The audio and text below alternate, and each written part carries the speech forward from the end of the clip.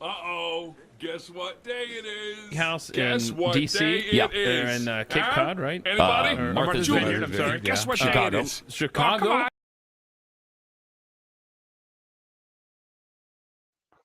Good morning, good afternoon, good evening, wherever in the world you are. Guess what? We, of course, have stupid audio issues going on in my background.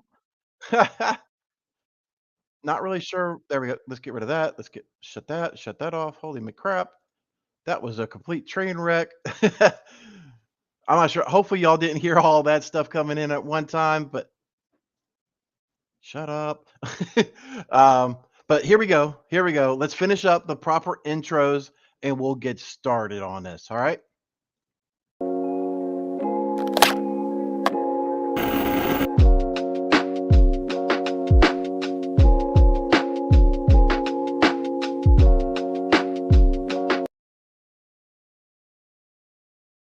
The cybersecurity landscape never sleeps. Every minute, thousands of new threats emerge. Millions of attacks are launched, and billions of dollars are at stake. But in this constant stream of cyber incidents and updates, what should you actually care about? Well, that's why we're here. This is the Daily Cyber Threat Brief. I'm Dr. Gerald Auger, and these are the top cyber headlines. Let's go.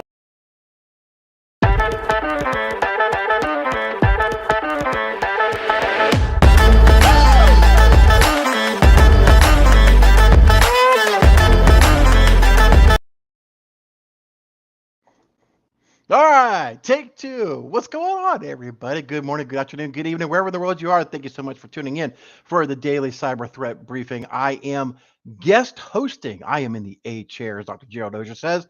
The A hat chair. It is my distinct honor and pleasure to actually be with you in the entire show, including Jawjacking, to be able to answer some of the questions that are going on. We are hope that you are enjoying your day. You are enjoying your hump day. We got some interest. I did a basic skimming of the news this morning. Some stuff that's just kind of like, whatever type of thing. At least to me, those who have like some real CTI things going on. These are kind of a little bit of older news stories, but it's got to go through the percolation, right?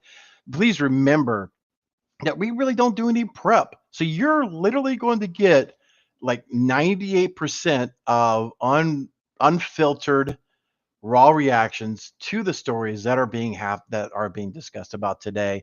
So buckle up, sit back and enjoy the ride. If this is your first time here, please put in hashtag first timers so everybody can be able to welcome you to today's podcast.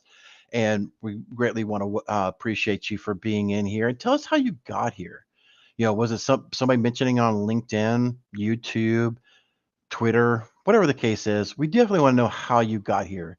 While the vanity doesn't, it's kind of cool. It helps the algorithms and things of that nature. But we're really trying to figure out how this community grows, and we really do appreciate it. If you're also new here, we do have a Discord channel. Please make sure to put in colon mark Discord. And I believe Nightbot runs even when Dr. Gerald Auger is not here. If not, maybe some of the mods can be able to put in the Discord share link. So that way you could be able to go in Discord, keep the conversation going, and be able to hang out with everybody else that you see currently in chat, like Kimberly Can Fix It, Carrie, Space Tacos, Marcus, Darius Charleston. Almost wanted to say Darius Rucker because I seen Darius Charleston, and I'm immediately, for some reason, went to Darius Rucker. I'm not sure why. Well, good morning, Roswell. Good morning, Funky Monk. I greatly appreciate you. As you know, that's been around here for a while. I am old. I very much like to invoke the KISS method. Keep it simple, stupid. So you'll see as long as the format works okay and we can see the stories, we'll keep the ticker of the chat going. But while it's still up there, if you do have CPEs, please remember, and if you're new, know that this is worth half a CPE. Why? Because this is instructor-led education. So that's where you'll file at when you're filing for your CPE. So say hello in chat. That way it's audible. So that way you can go back, say, yep, I listened to that jackwagon dolphin dude, Eric, talk for 30 minutes and rant, but we talked about the stories, and you'll get your half CPE, right? So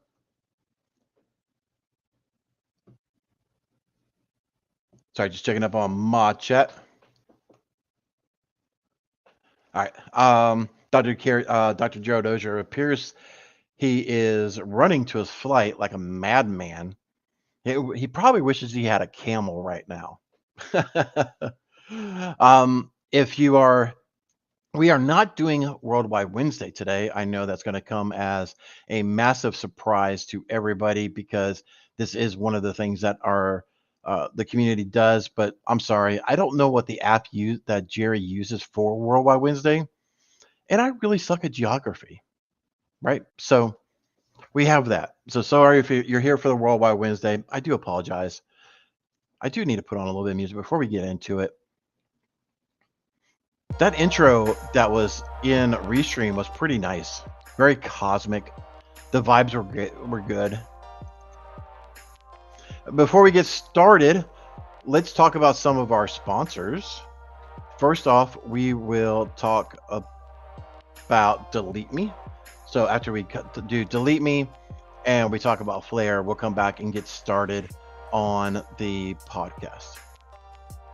As a person that exists publicly, especially since I share my opinions and hot takes daily, I'm hyper aware of my safety and security, and it's even easier to find personal information about people online these days. All the data is just hanging out there on the internet, and it can have real-life consequences. But I recently found a solution, and this service is called Delete Me. Delete Me is a subscription service that removes your personal info from the largest people search databases on the web, and in the process helps prevent ID theft, doxing, phishing scams, stuff like that. And when you sign up, you tell Delete Me what data you want deleted, and they go off and do it. Cool thing is you get a personalized privacy report every month that shows what they deleted, where they found it, etc. It's pretty cool. For me personally, it's like outsourcing your online privacy, which honestly, I don't have time to do that myself or do it well. So for them to handle it is awesome. Take control of your data and keep your private life private by signing up for Delete Me now at the special discount for Simply Cyber listeners. The only way to get 20% off is to go to joindeleteme.com/simplycyber and enter code simplycyber at checkout. That's joindeleteme.com/simplycyber.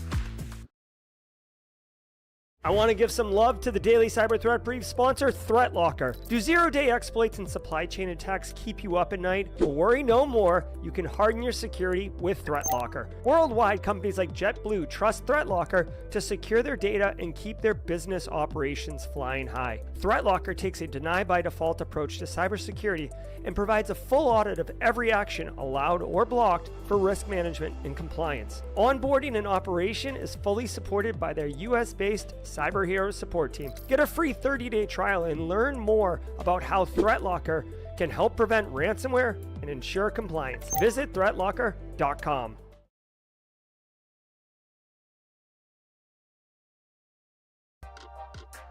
Awesome. So those are the two sponsors. Normally you hear about us, Barricade Cyber. We'll talk more about me in the Jawjacking. I honestly think that me being able to co-host and yammer for an hour is sponsorship enough. So we won't bore you with my spiel until a little bit later on. While we're doing that, I do have a problem, of course, with Spotify because, it's Spotify. There we go.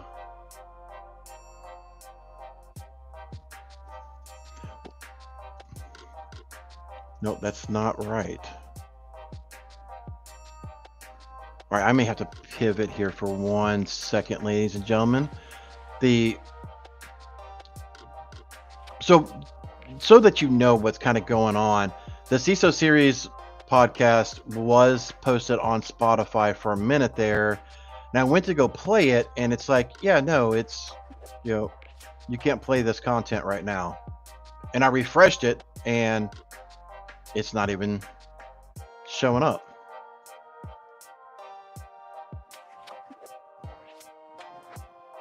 So bear with me 1 second. Talk amongst yourselves. Here's something that you can talk. Have you been seeing some of the stuff that's coming out of RSA? Because that's going on currently right now. It just seems to me that so many things are like, oh yeah, we're taking cybersecurity seriously. We're doing this, we're doing that, we're blah, blah, blah, blah, blah. But are they really? Because I just feel like it's the same old song and dance every single time. So it really does drive me a little bit nuts. And I'm one to mention that if you businesses are never going to change unless they're forced to. While we get ready to do that, let me make sure my screen size is going well. Let me know in chat, is that a good screen size? Is everybody able to see that? Again, I want to be able to keep the chat up on screen, but if we can't, it looks, by putting me down in the corner, that does look like it's going to work for us. At least on my screen, it looks like that. So let me know. And with that, let's get started. Is the technical difficult kitty playing with the network cables again? No, it's just cloud-based stuff being cloud for some reason. Right? So,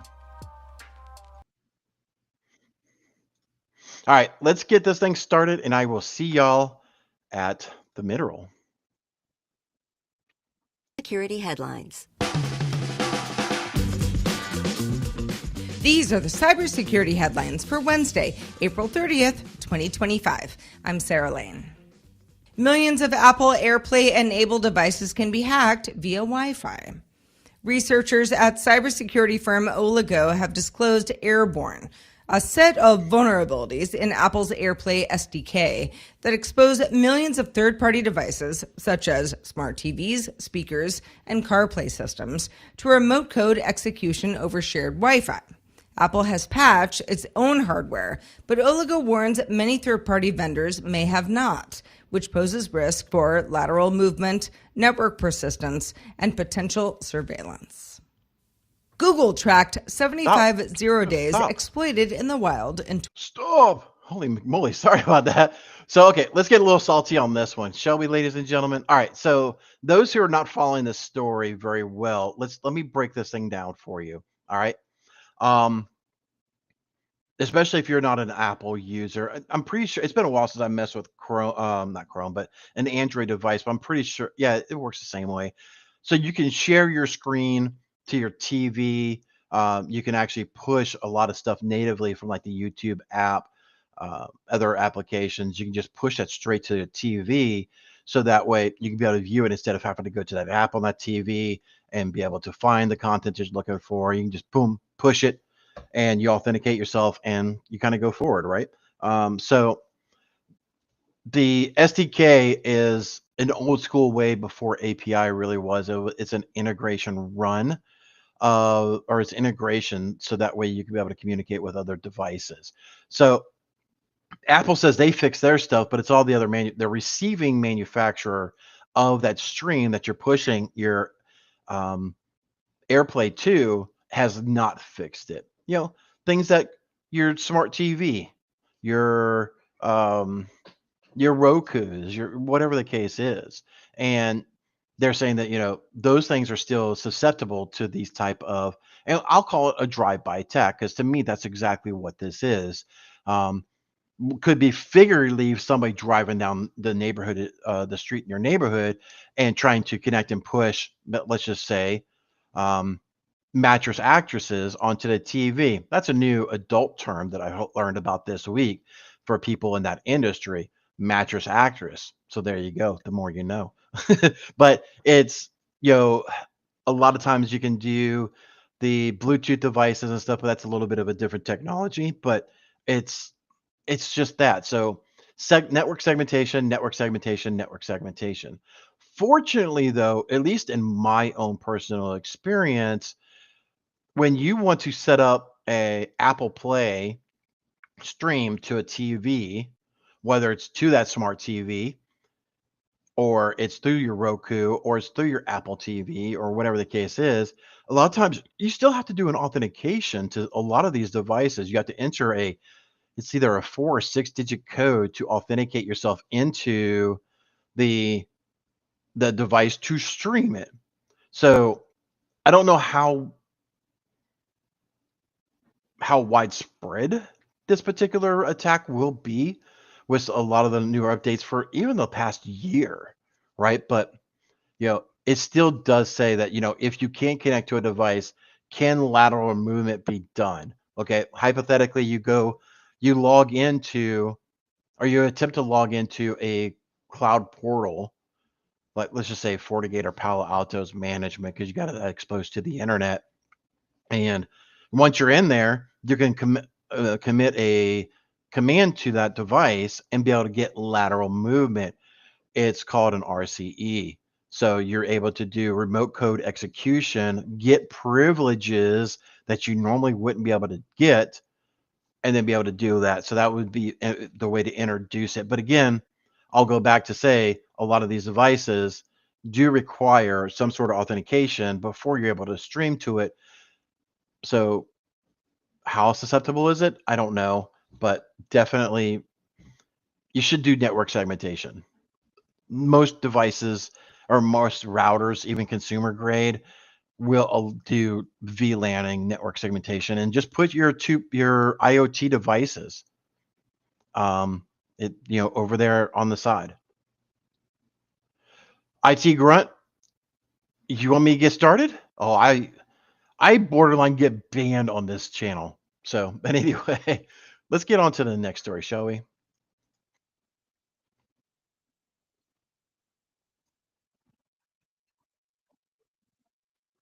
In the wild in 2024. That's down from 98 in 2023, but above 2022's total, pointing to an upward trend in zero-day activity over the past 4 years.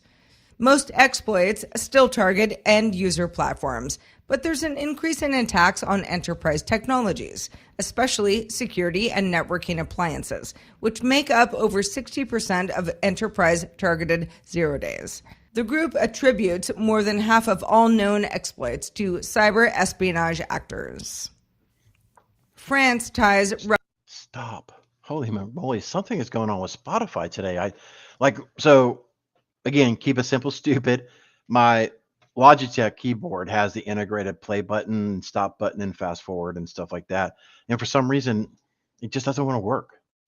And I can literally do it on YouTube and everything else, but for some reason, the Spotify app doesn't want to, whatever. Oh, I love that Jenny Hasley. All right, so I am surprised that this story has not mentioned 20 times on it. And I think I talked about this yesterday, maybe. So if you were part of Jawjacking, it was either Monday or Tuesday. Yeah, it had to be yesterday when I was talking about this, where the 0 days are coming out, and they still yet to mention the term secure by design. And that's really what this thing is going to get to, right? They want to push developers to actually secure their code before pushing it out into the public, right? And let's just be honest, ladies and gentlemen, we're not going to get into a major political topic and all that, but how can I? Okay, so the more time you spend manufacturing a product, the higher the price is going to be. So is the consumer base willing to pay a higher price for a more secure product versus one that's not? I'm willing to bet you the average Joe at your local big box store is looking at 3 different robot vacuums. Pick 3 that you like. It doesn't matter. You got 2 of them that are, let's say, $400. They implemented security by design. But you have this third one that's $175 that did not implement security by design. Joe's standing there at the big box store and is like, I don't see the difference. They both suck up. They both suck up your dirt. They both mop, or all 3 of them mop. They all 3 suck up the dirt. On the surface, they look the same. Why am I going to spend twice as much for the secure version? It's a friction point. And I don't think the average consumer is going to understand that. And they're not going to buy into it. Let's just be honest. They're just not. So good luck with that, ladies and gentlemen. Russian APT-28 hackers to 12 cyber attacks on French orgs. France has officially blamed the Russian state-backed hacking group APT28, tied to the GRU, for 12 cyber attacks on French entities since 2021, including targets in government, defense, aerospace, and research. The French Foreign Ministry denounced the attacks as breaches of UN norms, while the National Cybersecurity Agency, ANSI, reported that APT28 used phishing, email service exploits, and low-cost anonymous infrastructure. Marks and So somebody called Dr. Gerald Auger. We got a graph here. Yeah.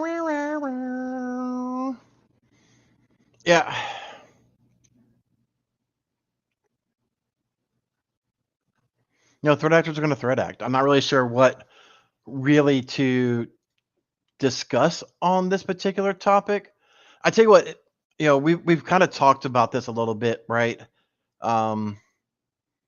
If you have more detailed questions about this particular article, right, and you want to stick around for Jawjacking, save your question. We'll talk about it in a little bit more detail. But I mean, this just seems like a rinse.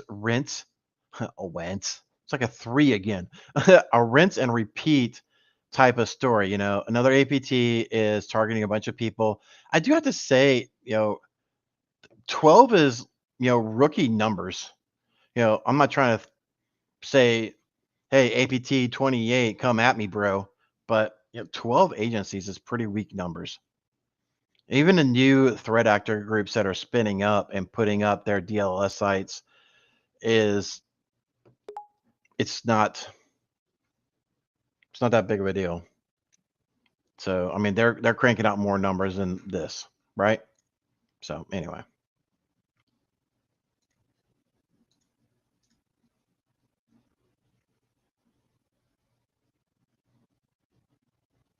Oh, and did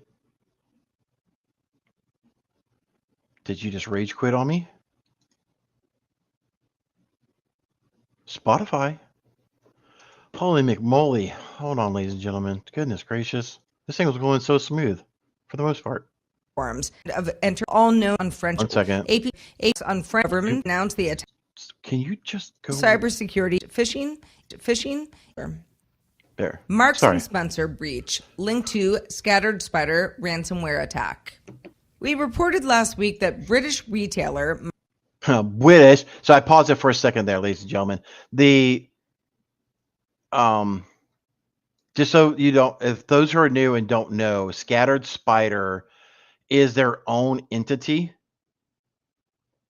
They do a lot of work for Acura and other ones, so almost consider them like a complete subcontractor organization. They do their own stuff, but they are also tied with big name threat actor groups, right? So if you're spinning up hypothetically your own ransomware as a service, you can hire these meatheads to do these things for you, right? So a little bit of education there. Marks and Spencer was experiencing outages. Bleeping computer sources now say it's a ransomware attack linked to the Scattered Spider threat group. The attackers reportedly gained access as early as February, stealing the ntds.dit Active Directory database, and on April 24th, deployed DragonForce ransomware to encrypt VMware XE hosts, disrupting operations including payment systems and online orders. Marks and Spencer has enlisted CrowdStrike, Microsoft, and Phoenix 24 to aid in investigation and recovery. Yeah, so just like I was just saying, ladies and gentlemen, right? The Dragon Forces, or where is it? Since then, threat actors classify Scatterspire as known to act as affiliates for various ransomware operators, including Ransom Hub, QLin, and now Dragon Force. I know for a fact that they've been part of Acura as well, even though Acura does typically buy access into environments through a broker. So those who don't know, I haven't checked this morning, but Ransom Hub and Dragon Force are both completely down right now. I have some tinfoil suspicions of what's going on, but we'll kind of go from there. But anyway, let's hear the ad from CISO Series.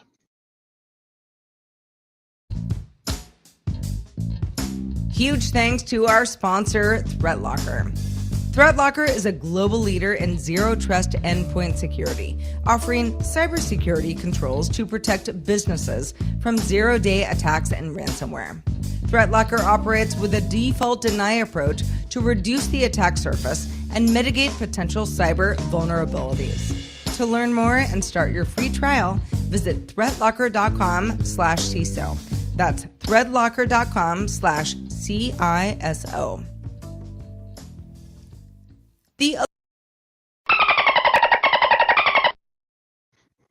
There we go. Had to play some dolphin there. All right. So welcome to the mid roll where we kind of just talk about a little bit of stuff here. There's again, if you're having any questions about APT 28, definitely answer those things or ask those things during Jawjacking, and we'll kind of go from there. I'm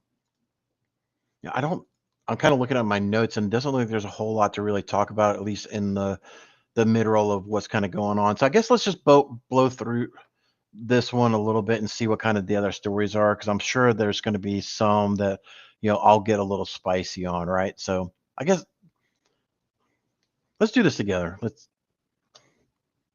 Electronic Frontier Foundation, or EFF, along with more than 400 cybersecurity and election security experts, has publicly urged the U.S. administration to drop its investigation into former CISA Director Chris Krebs. In an open letter, the signatories warned that targeting Krebs and his employer, SentinelOne, for contradicting election fraud claims undermines the InfoSec community's independence and discourages truthful, nonpartisan security reporting. Nova Scotia. All right, ladies and gentlemen. This is something, the thoughts and opinions expressed are my own and not of Dr. Gerald Auger, the Simply Cyber community, or its partners and affiliates and advertisers on this platform. Now that the legal disclaimer is done, I'm all for it, right? Chris Krebs made a complete a-hole out of himself and just when are businesses just going to get back to doing business and get the hell out of the politics? You stuck your nose out in a spot that a business is not supposed to stick your nose out into. Now it's gotten bit off. And now you want to complain about it? No, get back to running your freaking business.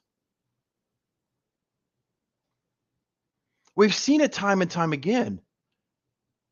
I mean, look at the MyPillow guy. Look at whenever you're up against the opposition, Republican, Democrat, whatever it is, and it doesn't go your way, you're going to have retaliation. Stop getting political with your business. Effing stop. We have case after case after case where being political will get you nothing but trouble because you're going to overstep your freaking boundaries and say something you're not supposed to say. Somebody's going to get butt hurt, and now your business is going to be attacked.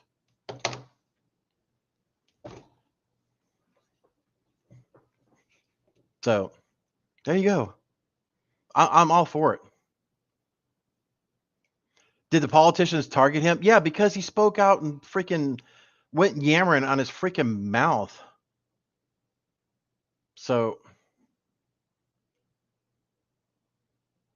and Phil, this is not, me sticking my head in the sand or whatever because it's Trump. Trust me, I'm very political.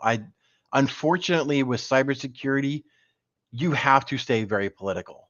You got to know, things about trade wars and tariffs and the who's talking to who, because that could potentially spark threat actors from this organization and that organization from that part of the world to retaliate because there are or are not talks going on. There's a bunch of the stuff. So if you're truly into cybersecurity at a deep level, you're going to have to be political. But you keep that internal as threat intel. You don't go on public forums and freaking speak and just speak your mind about political topics it's going to hurt your business. It's been shown time and time and time again not to do it. That's why you'll never see me publicly be for or against a candidate. I am for or against a policy, executive order, or whatever. Lay the cards down where they are, but it's by the topic, not by the candidate or the party. I think you can do that and be perfectly fine, right? Because you're talking about a specific topic. But you go after that party, you go after what, and you can say this is blowback or whatever, but again, if you're a business owner, if you're a C-suite in an organization, when it comes to politics, just keep your freaking mouth shut. You will go so much further. Because if you're on the wrong side of it, it's going to be a very, very bad day for people. So anyway, I'll get off my soapbox now.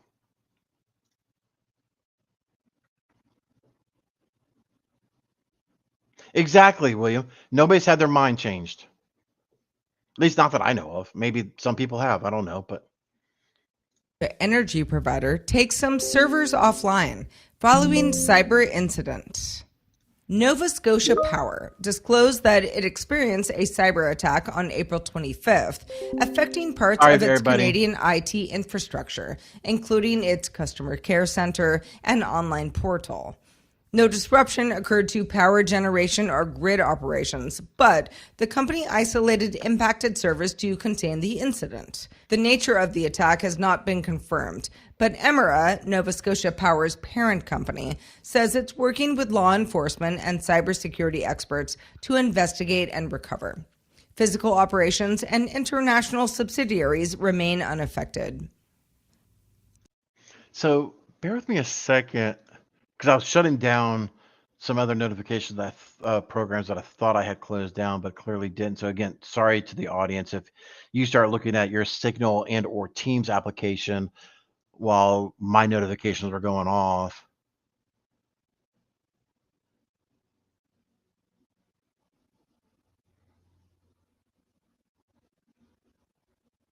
Okay, so I just want to confirm real quick, because I think everybody saw earlier this week. Sorry, it's hard for me to catch the podcast most days, so I am not versed on every topic that is being discussed in the CISO series, but I'm pretty sure it was discussed about South America's power being attacked, and now Nova Scotia up there near Canada is being.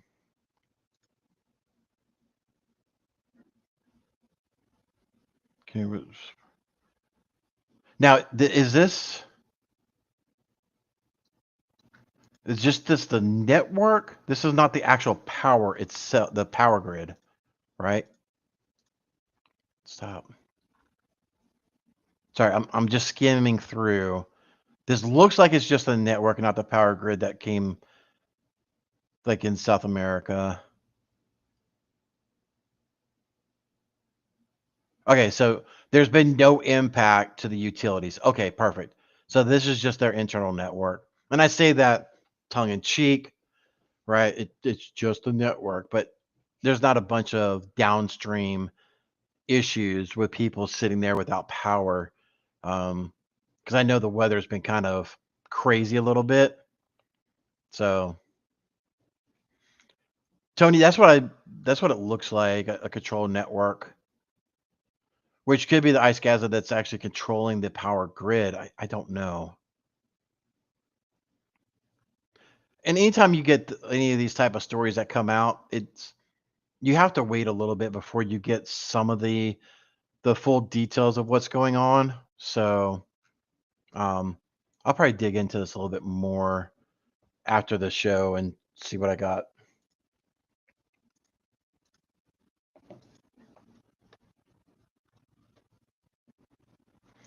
Really?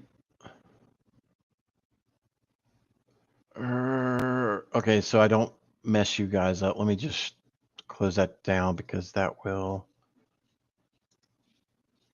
I'll save y'all from the audio.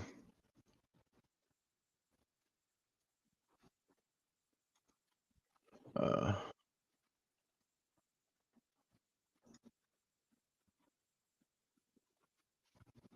yeah, 5. There we go.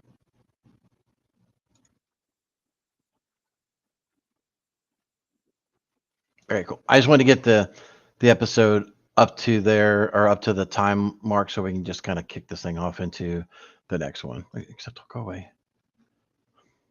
Oh, here we go. SentinelOne back in the news again. What train wreck is this? SentinelOne reports that China-linked APT group Purple Haze attempted reconnaissance on its infrastructure and high-value clients, indicating targeted cyber espionage with potential for future attacks. The group, known to be tied to APT-15, is said to have used tools like the Go Reshell backdoor and ShadowPad malware, also seen in broader China Nexus campaigns. SentinelOne also detected over 1,000 job applications from North Korea-linked fake personas, including attempts to infiltrate its Sentinel Labs intelligence team.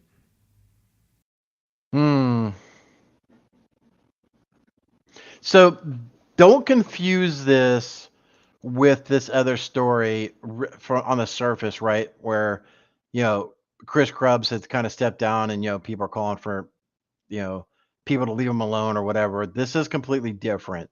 I did see this come across the other day on some of the breach forums where people, in SentinelOne is mentioned here. CrowdStrike was not, which shame on security affairs for not mentioning that. And maybe CISO series for not looking at it, but maybe they just digest the text. Is CrowdStrike even mentioned?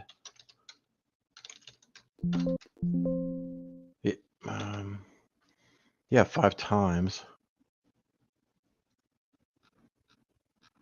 But why is it not going to the text? Whatever. Apparently there's 5 mentions of it. But yeah, they're looking for intel. They're trying to use tools like EDR Killer, which was not mentioned in the story, to help bypass EDR protections. But yeah, if you're going to be a big player in the EDR space, you're going to be targeted, right? So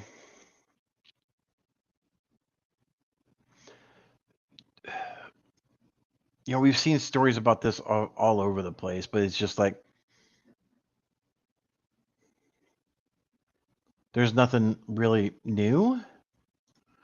People are trying to, get into the organization, being in their SOC team, to get intel on them. These are things that you have to worry about. This is business 101 when you're a large player EDR, right? And SentinelOne is, right? And rightfully so. They sell a pretty decent product. It's been a while since I've looked at their platform, but they sell a decent product, and they've got a fair amount of the market share, and there's a lot of MSPs that use SentinelOne. So,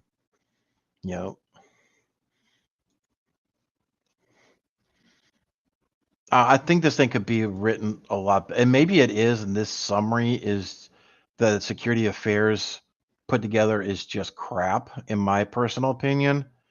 Like, you could have put together a nice report as situational awareness for your consumer base and say, hey, this is what it is. That's what maybe this report is.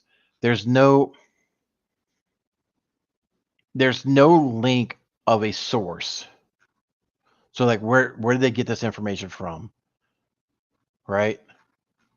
So that way we can look at the publication as SentinelOne put out. And that's really what I don't like about, reads the report. Here's right here, I overlooked it.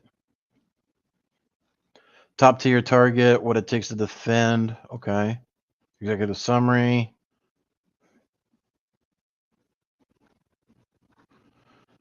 Works inside, yeah.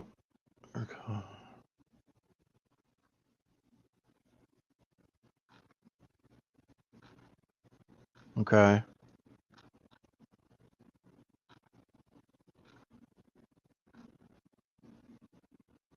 Okay, so this is the bet.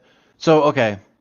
Here I was thinking that, and they even mention XSS and exploit.in, which are two of the breach forms. And this one is exploit.in, that image there. Let me actually zoom this in because you guys can't see that. And I'll post this in chat because this is a much better write-up for you to ingest. So, and it has a lot more of the details. So yeah, this is much better. I like this a lot better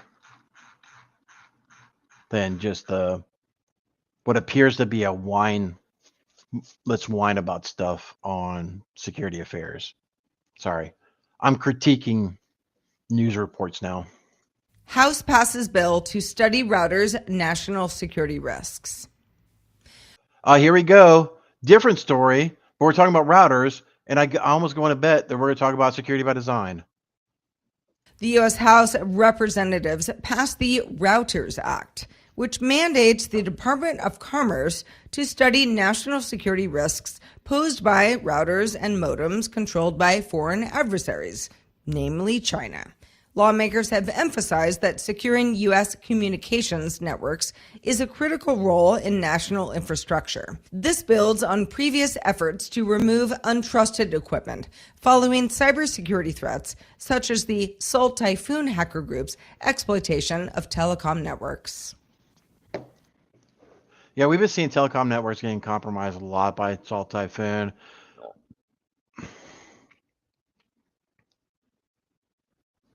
All right, so how best to address and talk about this one without going full?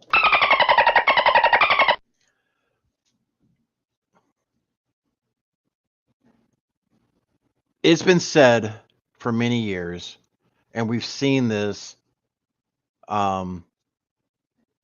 with a lot of manufacturers, that certain countries on this planet steal intellectual property. They steal the IP of organizations because it's cheap to manufacture. Most of the time when you're doing the manufacturing, you're loading the software, the firmware, all that stuff before you ship it to the manufacturing company. Let's just say Dell, Lenovo, IBM, Apple, whatever the case is, right? So it's delivered to you as a complete package. It's part of, the manufacturing process, right? It is very hard sometimes to keep up with possible code injections that have been done on firmware.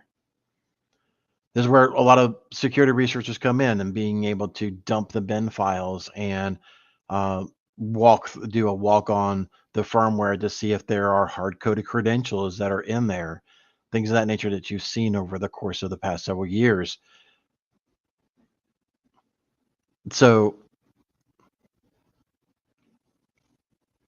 I'm all for it to be investigative, and then hopefully we have the normal dude is hilarious. What normal dude, Marcus? But I'm all for an investigation, right? I don't want,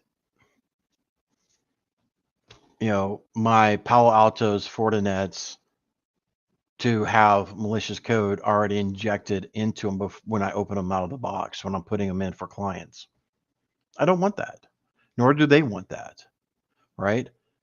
We want to make sure that what we are installing is truly secure as it was intended. Now, if they coded it wrong, that's a completely different story, aka Fortinet, Palo Alto, Synology, QNAP, Dell, whatever the case is, insert manufacturer name here. If they coded it wrong to begin with, then that's on them, right? But we don't want people to just completely, inject code into the hardware that we're trying to set up. So doesn't need to, and this is really focusing and targeting the consumer base when they say routers, right? So we don't, I would imagine, you put in, let's just say Cisco Linksys, because it's a very popular brand. At least it was back in the day. I'm not sure if it is now, but you don't want something in there grabbing packet captures and being able to potentially still log in credentials or something like that to your bank or financial institution. So, I mean, has that happened? Not that I've seen, but we still don't want it. But how widespread is that? I don't know. I guess we'll have to see. Look into what the bill that the House passed and do our own investigation, because this is the first time I've heard about this particular thing. So,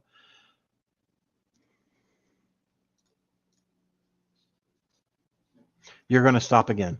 I hate Spotify. 6:23. 1 second. So we're at 6 minutes 23 seconds in. Let me reload freaking Spotify again.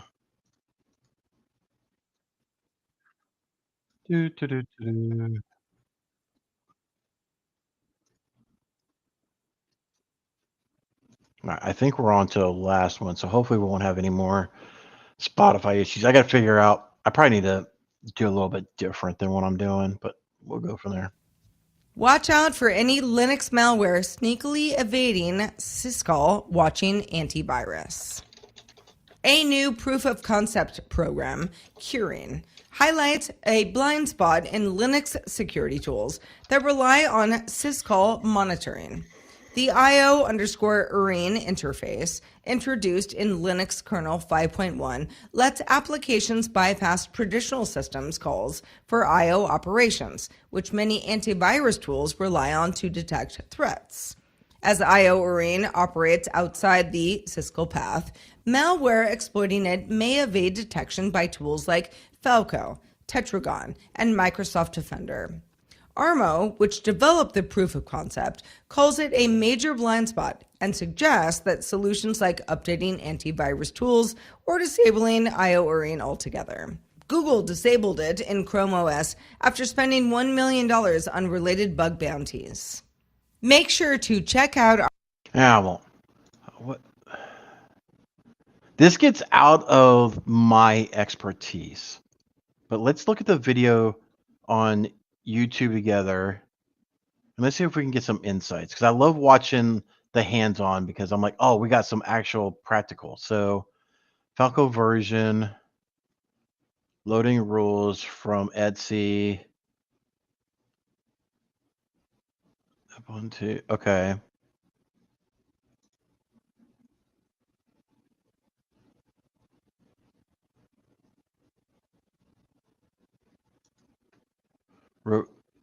To file description. So it's writing into memory up here. Send command executor, read shadow files. So, okay.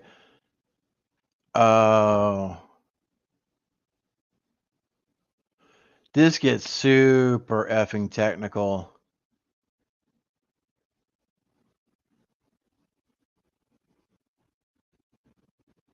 So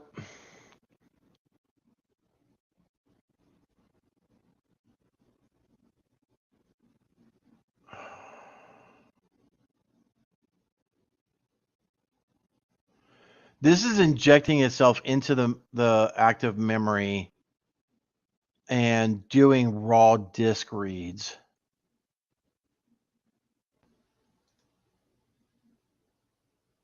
And their protection of Falco, which is, like SentinelOne or CrowdStrike or something like that. That's their protection on the box. And it's just saying, yeah, it doesn't, there's no alerts. It's just sleeping over here. Okay. I will have to resort to or defer to someone a little bit more in depth, because it does seem it is a little bit more advanced than I am, just to be fair. I'm always willing to state, where my technology and understanding, meets that threshold. And this is definitely skimming well past that. I'm not huge into memory forensics or anything like that. I can do it on Windows OS. I haven't really messed with it on Mac or Linux yet. I've actually got a course coming up soon where I'm going to be diving in. So I'll have a working understanding of it a little bit better, but yeah. But anyway, that is, I believe, the end. Yep, that's what it seems like. Woohoo! All right, ladies and gentlemen, if you were just here for the news, thank you so much for tuning in. 291 of you. Awesome people. I do greatly appreciate it. I will give back some time back to you as it is 8:52 a.m. here on the East Coast. So thank you so much for tuning in. Hopefully you'll be able to tune back in tomorrow. Dr. Gerald Auger, aka the normal guy, will be back in the A chair and be able to give you his 30,000 foot views on tomorrow's stories. Until then, take care. If you're here for Jawjacking, stick around. Let's go completely unhinged. What do you say, ladies and gentlemen? Ever wonder what it takes to break into cybersecurity? Join us every weekday for Jawjacking, where industry experts answer your burning questions about the cybersecurity field. Live, unfiltered, and totally free. Let's level up together. It's time for some Jawjacking.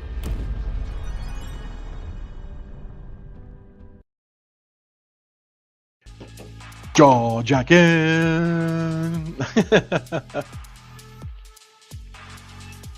1 second. I got a couple of notifications here real quick. I don't think it's anything critical. But I had to shut down my notifications.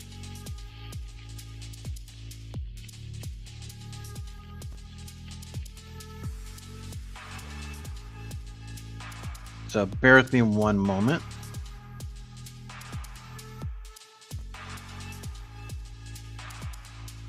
Oh, that is cool. Nightbot is actually working when Dr. Gerald Auger isn't here.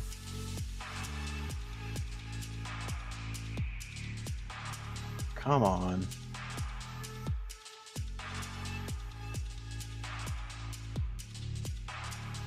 ET in the house. What's up, Keith? You doing all right, bud?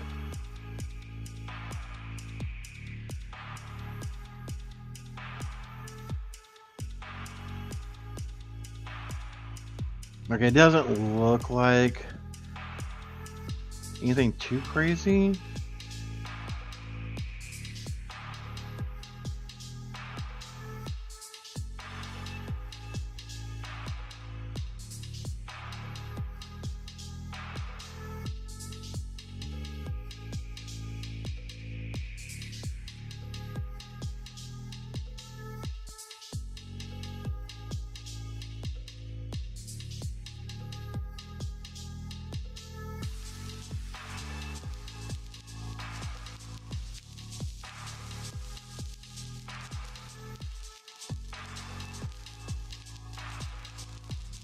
Interesting. Okay.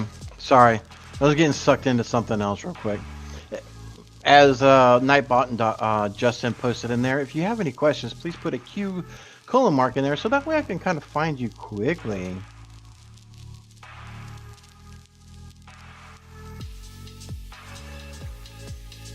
Since you put all Q's up there, Carrie, how do I find remote jobs that will use Linux? Since everybody wants you to use Windows 11. So flat out tell them, look, if you want me to use Windows 11, send me a freaking computer that meets your specs. Until then, this is the computer that I use.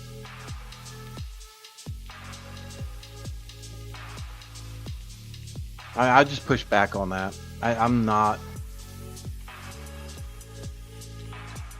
But then again, I'm a little salty too.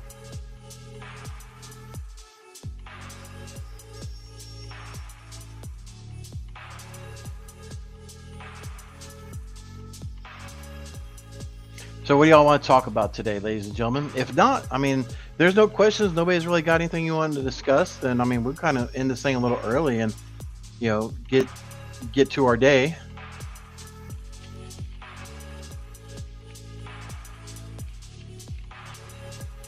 Now, you got my curious there, Luke. What are you talking about? Roswell, UK, maybe some sort of certification on the route? Maybe.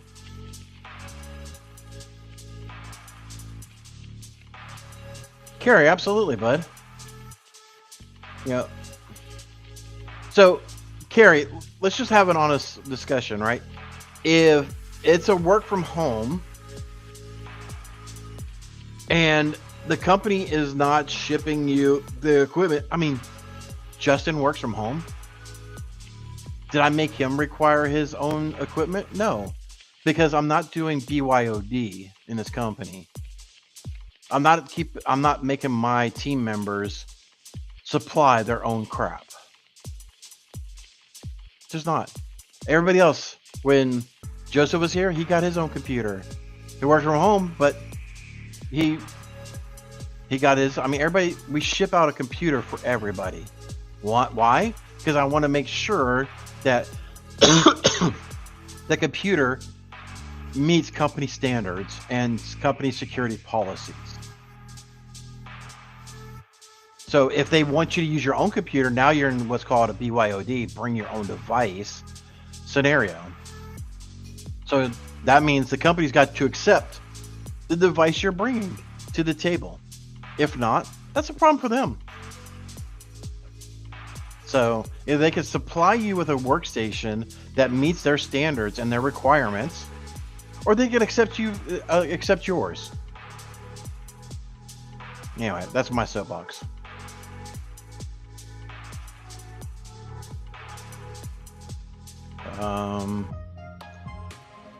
Maxie, I want to go back to the product security topic. Sure. In your opinion, at what point will individuals push for secure by design at a consumer level? They won't. They won't. Again, most consumers are going to look at price and compared to features. Most consumers do not understand the complexity of any part of cybersecurity, let alone basic IT functions. They just don't, right? So, are they going to understand VLANing? No. So putting all these secure features in there to the general consumer, they're not going to understand it. It's going to be like, oh, it's got all this stuff that I don't know, don't understand, and probably don't need. I'm still going to buy that cheaper price item because it does everything I need. So, the only way to really get it to that spot is really forcing the secure by design mentality, but that's going to be a massive problem. Are part-time jobs a thing, like a way to dip your toes before fully transitioning? Yeah, Johnny, I would probably look at your like your local IT firms, right? Your local managed solutions providers, things of that nature, the IT firms that support businesses in your area, and see if they can use some part-time. If you have the flexibility, maybe you're doing the weekend stuff. You're helping out the weekend on-call person. That's something that you can definitely do.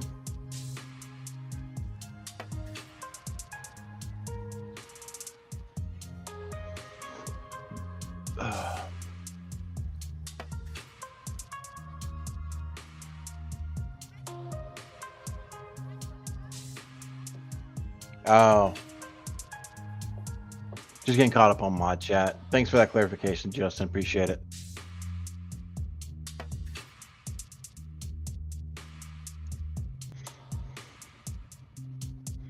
Luke, are you calling me a cow mafia? Anyway. From the rich, did you hear about the university that was manipulating people on Reddit with AI for media? I did see that. I think I could be completely wrong, and I probably am. However, I think this is another story that needs to be vetted out fully first before assumptions could be made. So I think it's a little too new. I do know about, So those who don't know, and if the Rich is talking about what I think he's talking about, there's a lot of people on Reddit complaining because there were bot users or legitimate users that would sometimes have a bot run on them that would answer questions in Reddit with an AI tool. And I think some of the reports were that it got really, really spicy from the AI bot.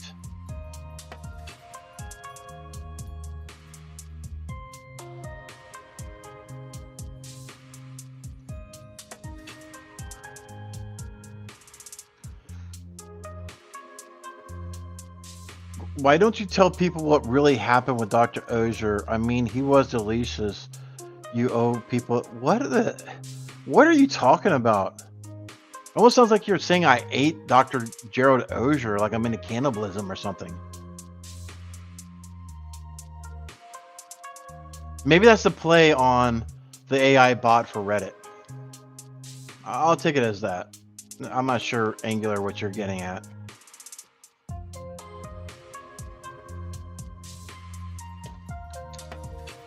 Oh, thanks, Luke. Yeah, thanks, Justin, for updating me on the Luke Canfield thing. That makes a lot of sense now. So I was about to say, Luke Canfield's calling me a cow mafia. I thought we were friends. We had great conversations about Wild Hacking Fest. I didn't think I offended him.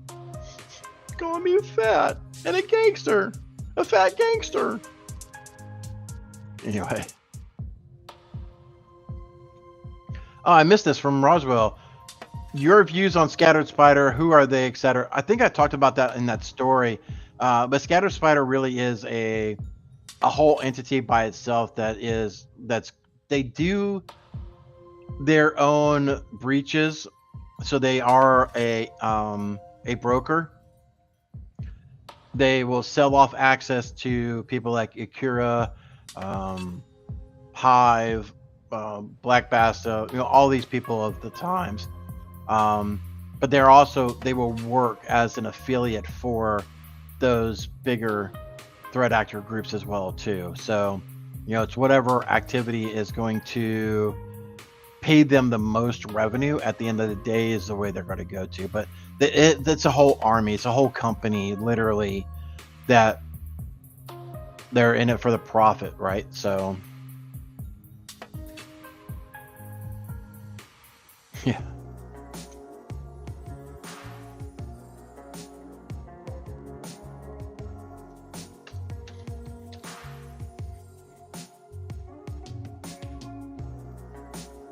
Get caught up on questions here.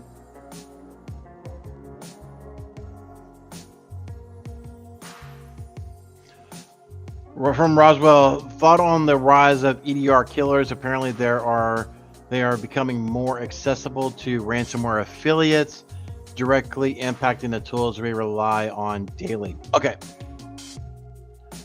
First, Nike Uden, you're welcome. I guess. But Roswell, the EDR killer it's been around for a while, probably 2 years, maybe a little longer, maybe a little shorter. But it's a cat and mouse game, right? So just making sure you have a really good EDR, you make sure you have tamper prevention turned on. CrowdStrike has it, SentinelOne has it. There's a couple other tools that have that to make sure that it's protecting itself from tools like EDR killer. Is there a way to bypass that? Absolutely. I know them. I'm not going to speak about them publicly, but there are ways to get around it. It does. The ways that I know of require physical access to the machine and not in a remote situation, unless it's a VM, but then you have to have remote access to that hypervisor to inject and do what you got to do into that VM. FedEx, welcome to the party. You're behind the times. But yeah, Roswell, UK, I would say just make sure you got a really good EDR and you've got it properly configured and tuned. Is Greenbone really as easy? Spin it up and click the scan button. Sometimes, most of the time, yeah. I mean, yeah. There's a lot of tools out there that help make that a little easier. The problem you're going to have is going through Greenbone and all these other scanning tools to weed out possible false positive, legitimate detections, things of that nature. So the scanning part is easy. Verification and remediation is the hard part. Your hacker name is loading, Marcus. What's your hacker name going to be?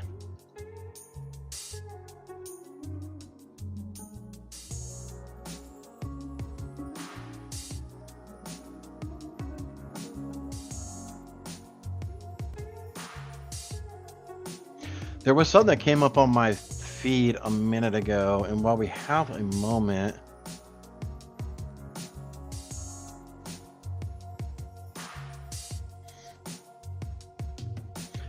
we'll dive into this one together.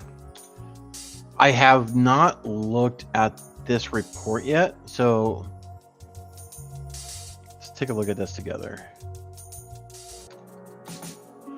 So let's see, the rise of state-sponsored hacktivism. Blackjack, Indian, no name. Okay, so no name. This is a good topic. No name. If you haven't heard of these jackwagons, they are literally going around and DDoSing everybody on the internet. Why? I don't freaking know. But it's pissing me off. Where they are, here, I'll actually post this link. Oh, Marcus, I was talking about you when you said fat gangsters. Got it. So no name is literally going around DDoSing people or DDoSing organizations. And for what reason, I don't know. There's two groups out there, and the other name, Dark something. The name is escaping me. In fact, hold on, I can actually tell you. But like, they'll take down these sites for 30, 45 seconds, a minute, whatever the case is.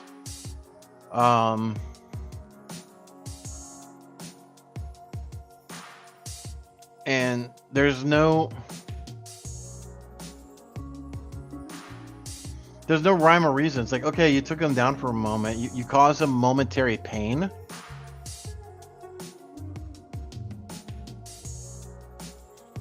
There's no major financial gain in the DDoS attack. You're not keeping them down long enough to cause a real financial impact. You're more being inconvenient to the organization.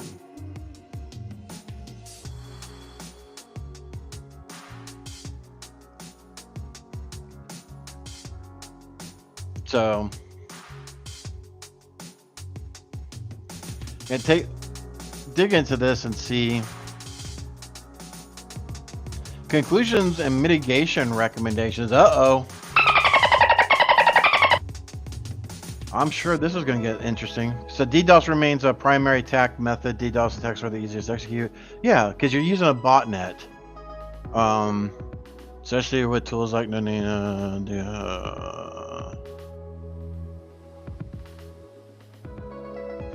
yeah, so attacks on the IoT and OT, which is operational technology.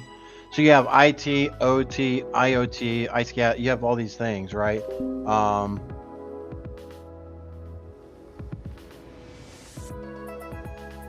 We just got another one from my buddy Brandon. Copy a link. Maybe I'll talk about this one as well if we have time. So they are impacting these devices and loading them with malware, building out a literal botnet. So let's just say hypothetically, I want to build a botnet and we're going to go out there and drop a malware on 50,000 web accessible IPv cameras, right? So now you've created a botnet. You've broken into those web cameras. You've loaded your malware. You have 50,000 devices on the internet waiting for your command. Is, you know, your botnet environment, so you can literally go and take down for a moment different organizations. So, but again, the no name thing just drives me nuts, because it does. Critical infrastructure remain a target. Yeah, activists will prioritize active conflict zones. Yep, and this is where the politics that I was mentioning a little bit ago. The politics plays highly into cybersecurity. So we have to watch this stuff to see where those conflict zones are coming in from. What, who's talking to who's not talking to who's mad at what, and who's going to retaliate. That literally is the whole political aspect of these things, right? More governments will adopt hacktivism persona. Again, political. Hacktivist groups and activity or identities will shift over time with yeah.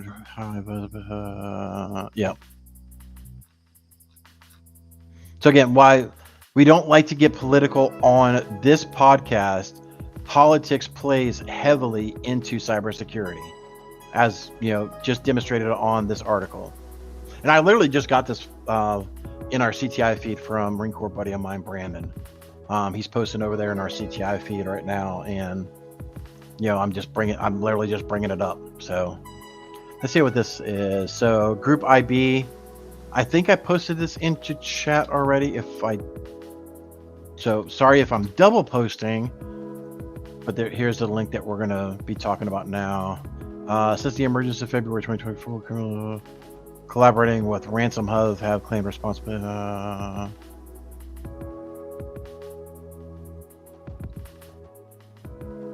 Oh, Shibby. So Knight is a new ransomware group, and I had so if you were here at the beginning of the show, I was talking about I have pure tinfoil hat speculations on Ransom Hub and Dragon Force. There was this new ransomware group called Knight that came up days after these other sites, DLS, deep link sites, went down, and Knight came alive. But we don't have enough TTPs, at least in my CTI feed, to make that correlation. But it looks like Group IB is making that correlation. So Knight ransomware could be a consolidation and rebranding of Ransom Hub and Dragon Force. Successfully infiltrated the Knight ransomware group. Oh, so they actually that is, so they breached their dark form site.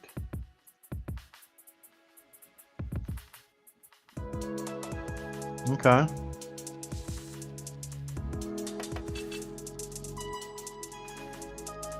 Interesting.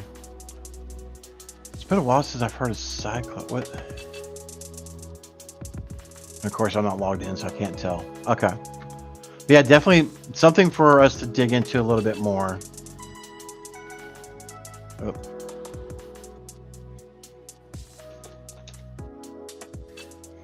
Are y'all getting value out of this? If you are, please hit that thumbs up button. Share it with some people. Take care, Jenny Housley. Great seeing you. And bring back up my mod chat. Oh, good call out, Justin Gold. Thank you, sir. So this actually is good because we are getting pretty low on time here and coming low on questions. We do have a premiere coming up of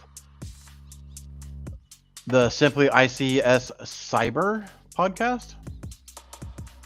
coming up here in 13 minutes. I'll post the link here in chat.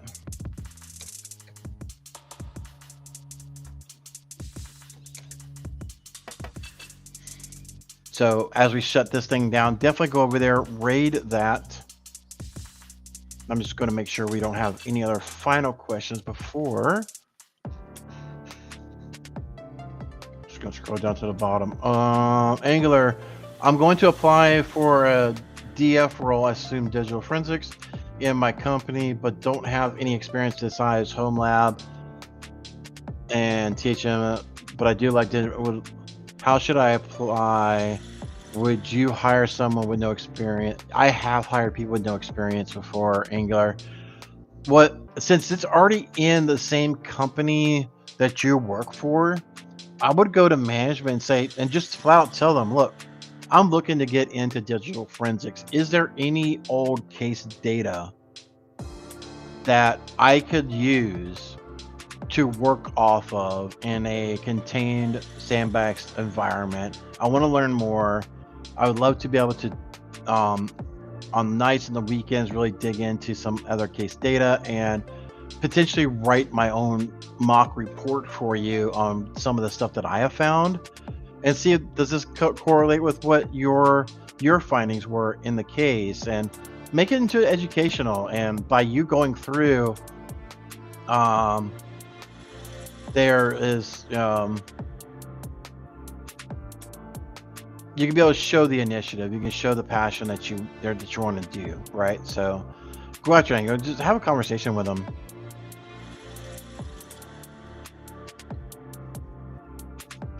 FedEx, what are we cooking this coming weekend? I'm probably going to do some brisket. I will probably I got 2 top rounds, so I'll be making some beef jerky soon. So that's what my goal is right now. I got to get with my butcher and get some beef belly because I want to try beef bacon. So, and that takes about a week to cure in the fridge. So it's on lead time. So that maybe if I can get it this week and get it cured up, then that will probably be on my next week's smoking agenda. Now I want to make some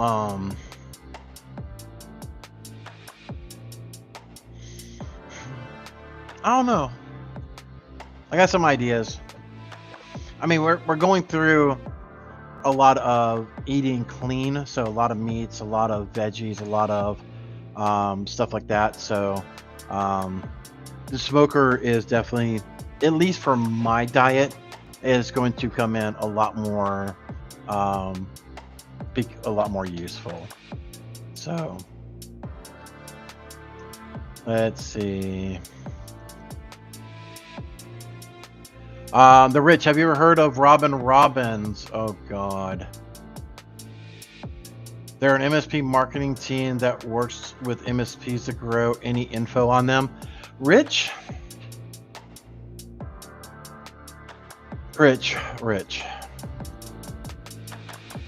The comments and views expressed by me are of me alone and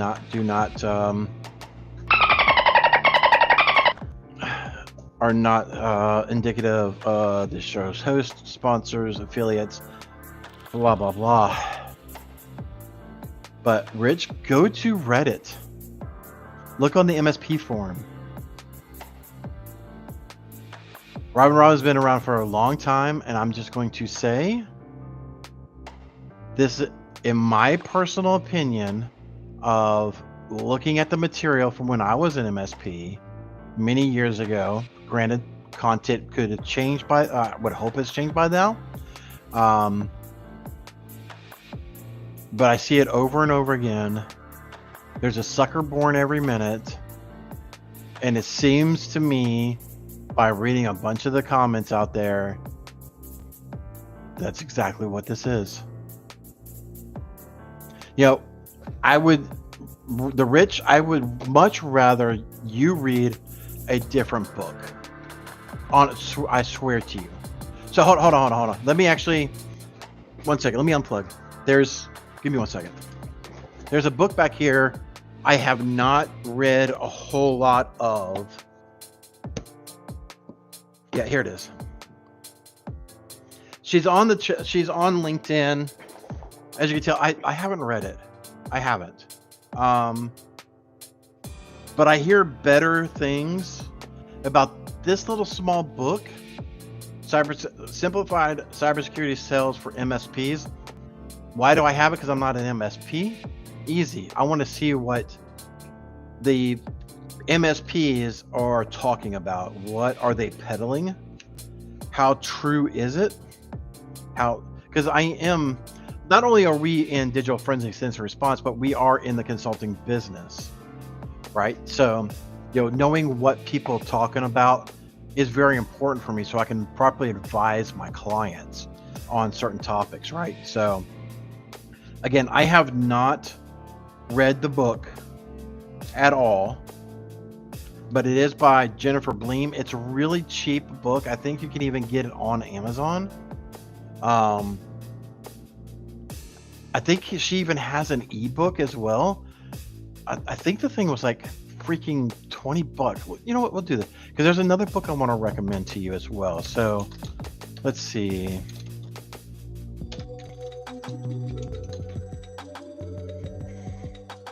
If I could spell, that'd be great. Yep, it is on Amazon, just like as I thought. Yeah, dude, it's $13. And I've heard a lot of people talk about this book in a positive light. Again, a book this small, I can't imagine it going into a whole lot of details. But no, I do think it's, to beat up Dr. Gerald Auger, I think it's more of a CISO 30,000 foot view. So definitely check that out. There's another book as well, if my spelling can work.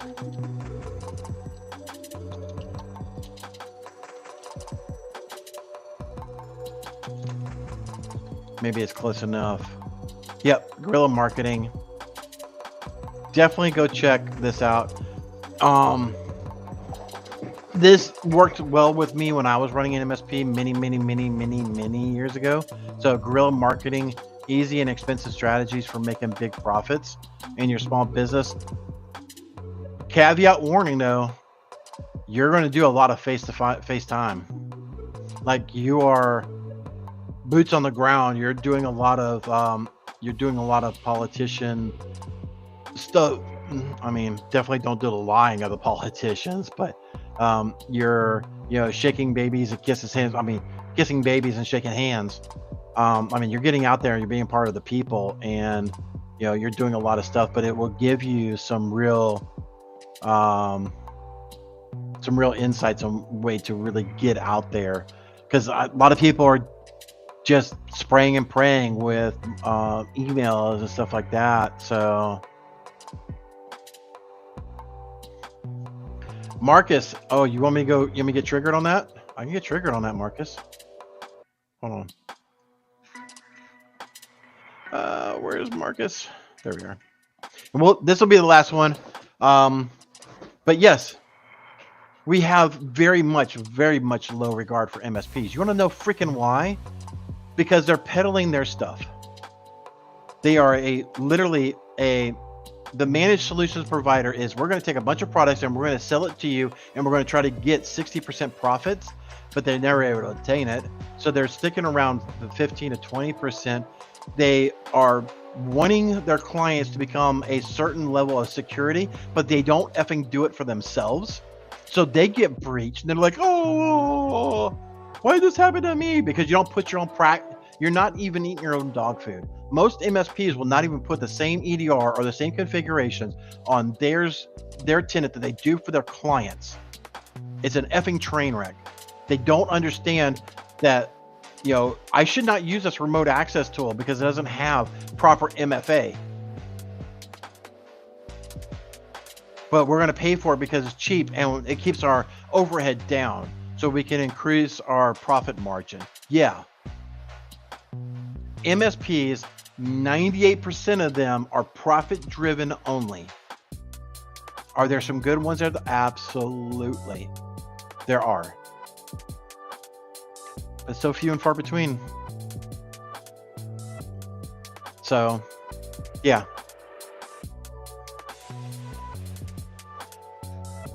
There we go. Shaking babies and kissing hands, kind of spicy. Yep. All right, ladies and gentlemen. Again, go over.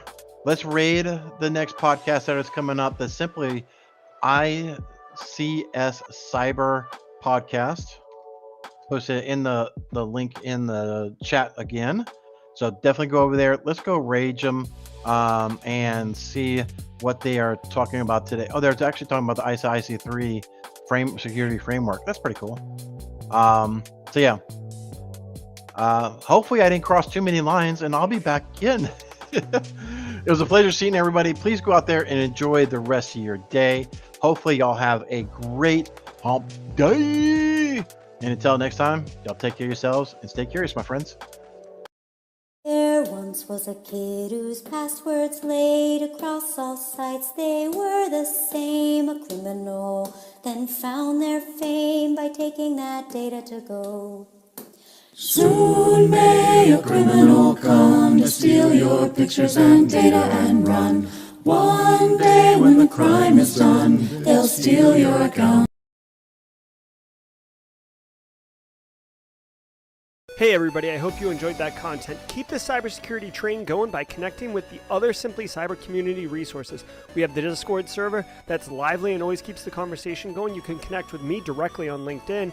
And also every single weekday morning on the Simply Cyber channel, we're doing live daily cyber threat briefings, 8 a.m. Eastern time, as well as Thursday at 4:30 p.m. We're doing live stream interviews with industry experts, and we produce videos that we push out every Wednesday morning. I'm Jerry from Simply Cyber. I hope you enjoyed the content, and we'll see you in the next one.